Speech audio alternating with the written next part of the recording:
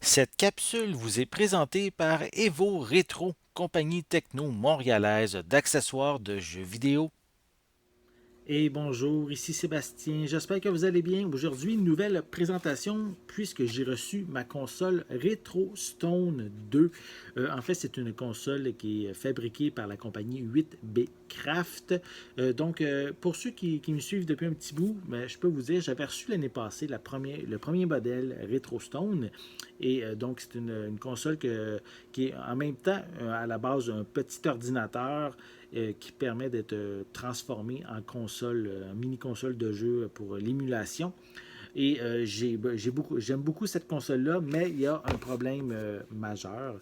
C'est que l'écran, c'est pas une très bonne qualité d'écran. Et pour plusieurs jeux, notamment, moi je l'ai remarqué surtout avec les jeux sur Super Nintendo, l'image est floue, donc la résolution de l'écran n'est pas très très bonne. Donc c'était son principal défaut. Cette année, donc, le second modèle vient d'arriver mais en même temps, je vais la déballer, je vais vous montrer son contenu et vous montrer que, évidemment, comparativement au premier modèle, oui, on a de belles améliorations qui nous permettent de mieux profiter de cette belle console-là. À la base, dès qu'on l'ouvre, oups, on a ici, évidemment, le livret d'instructions avec la console qui est à l'intérieur. On a ici également des protecteurs pour l'écran. Et on a aussi l'adapteur pour la carte micro SD qui est incluse avec, qui nous permet évidemment de mettre un système d'exploitation qui par défaut n'est pas installé. Et ce système d'exploitation-là, on peut le trouver gratuitement là, sur le site de... tous les liens sont sur le site de l'entreprise 8B Craft. Ça nous permet d'installer le petit système d'exploitation et en même temps le système RetroPie qui nous permet de jouer à des jeux vidéo. Si je vous montre en fait, ça c'est le premier modèle, ça c'est le second modèle. Si on regarde rapidement, c'est sensiblement identique, mais il y a certaines particularités que je peux mentionner qu'on voit à l'arrière de la boîte. Notamment, on a ici un processeur A20 1.8 GHz A2 Core. On a 1 gig de RAM, une batterie de 400 mAh, un écran LCD digital de 3,5 pouces comparativement à le premier modèle que c'était seulement un écran LCD. Ici, elle est digitale, donc ça permet d'avoir une meilleure résolution. Les dimensions sont de 130 par 90 par 32 mm pour la console. Oui, je vais vous montrer à quoi elle ressemble, évidemment. Donc, on a ici 4 boutons à l'avant, la croix directionnelle, le Start, le Select, ici le haut-parleur. Si on la tourne en arrière, on a des boutons supplémentaires qui nous permettent de jouer à certains jeux qui en exigent, justement. Donc, on a des boutons supplémentaires qui est, on pourrait dire, l'équivalent des boutons R1, R2, L1, L2 qu'on retrouve sur certaines manettes. On a ici, de ce côté-là, un port HDMI qui nous permet de le brancher directement sur notre télévision. Donc, bonne nouvelle, on peut transférer l'image sur notre télé. C'était déjà disponible sur le modèle original. Ensuite, on a ici un bouton qui nous permet d'augmenter ou de diminuer la luminosité de l'écran. Pratique justement pour peut-être économiser la batterie. Ensuite, de l'autre côté, on a ici le port pour recharger la console. Ici, le contrôle de volume, la prise jack pour mettre des écouteurs. Et sur le devant, on a ici un port pour un câble RJ45, donc le câble Internet, et 3 ports USB qu'on a ici pour justement si on veut brancher des manettes externes, donc si on veut utiliser d'autres manettes, exemple si on veut jouer à plusieurs.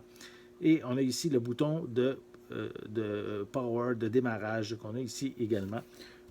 On peut voir qu'il y a quelques différences. Le premier modèle avait 4 ports USB. Sinon, on avait quelques boutons aussi également sur le côté qui étaient pas nécessairement très pratiques, très ergonomiques, je trouvais. Mais je trouve que c'est beaucoup mieux intégré sur le second modèle. Et bonne nouvelle, comparativement, ça c'était encore le premier modèle, on ne pouvait pas facilement accéder à la batterie, tandis qu'ici, on a accès facilement pour la pile si par hasard on a un problème avec et on voudrait la changer. Donc, il y a toujours moyen de le faire.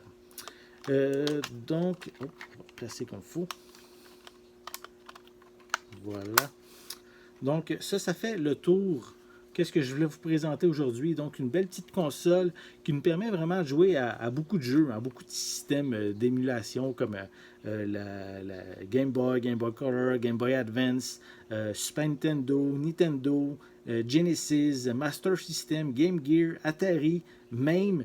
Donc, on peut même monter, même si c'est peut-être un petit... en tout cas, sur la première console, c'était un peu moins performant. Là, on avait Nintendo 64, PlayStation, Dreamcast qui étaient incluses. Donc, c'est quand même ici une très belle console. Moi, j'ai bien hâte de l'essayer. Hein. Je viens de la recevoir, donc je vais pouvoir installer le système d'exploitation, installer comme il faut tous les jeux. Moi, je tiens toujours à préciser, je l'avais même dit dans mes vidéos d'origine, je ne joue simplement qu'aux jeux dont j'ai la copie physique avec moi. Sinon, je pourrais les installer, mais je n'ai pas de plaisir si je n'ai pas la copie originale chez moi.